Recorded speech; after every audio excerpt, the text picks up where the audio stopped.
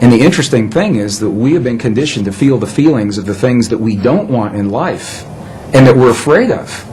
We wake up in the morning and we see the 6 o'clock news and all the things to be afraid of, and then we go through our day saying, oh, I hope I'm not going to see that today, or I hope it's not around the corner. And my question so fascinated me, where do we learn to feel the things that we don't want rather than things that we choose to have?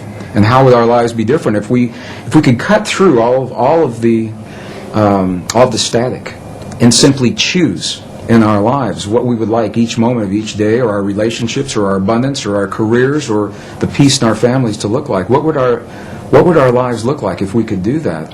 And there's very good scientific evidence showing precisely what our lives would look like, because we would very quickly experience everything that we've created. As a scientist, one of the first things I had to understand, and again, my training, I was trained in the hard sciences, and there was no allowance for any inner experience to have an effect on our outer world to begin with. Number two, I was raised in a relatively conservative community in the Midwest. I was born in Missouri, Kansas City, Missouri.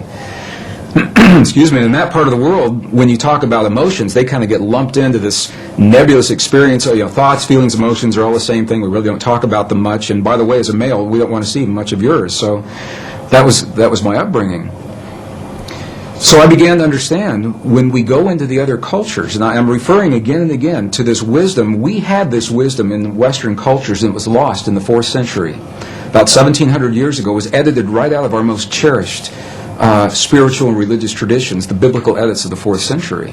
It was not edited from the other cultures that we have visited, and that's the value of going into these cultures. And they identify 3 separate yet related experiences that we all have in our bodies, and they literally call them thought, feeling, and emotion.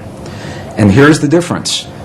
The thinking they identify with the 3 upper energy centers of the body. The Sanskrit traditions have a 7 energy center or 7 chakra system that they work with. And they say the upper 3 are related to what we call thought or logic processes.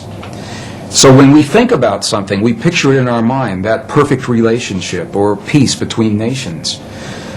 But we can only invite it into our lives when we breathe the power of emotion into that thought. The emotion comes from the lower 3 of those creative centers in our bodies.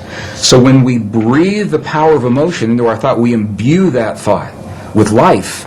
And those 2 energies meet in the one center that is not accounted for yet in our model. It's in our heart, or what scientists call the 7-layer liquid crystal oscillator in the center of our chest. But we'll just call it our heart, because that's what it does. Our heart is creating electrical and magnetic waves that are influencing the world around us based on what we think and the emotion that we breathe into those thoughts to create the feeling.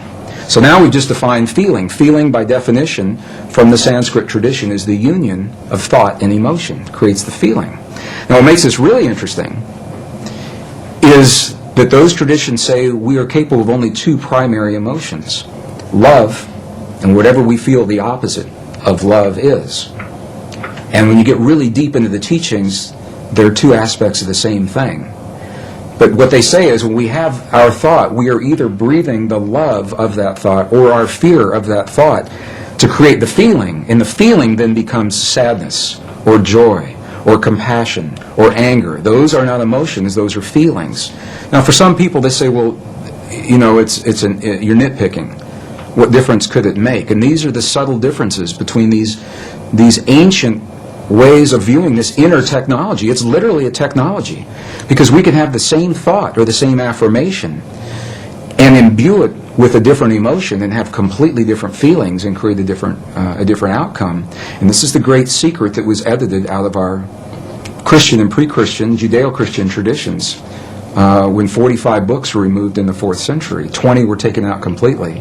Another 25 were condensed and rearranged. And we know this because we found the information now in the Dead Sea Scrolls, the Nag Hammadi Library, the Coptic, the Gnostic texts. So we know what those texts would have said if we had had them.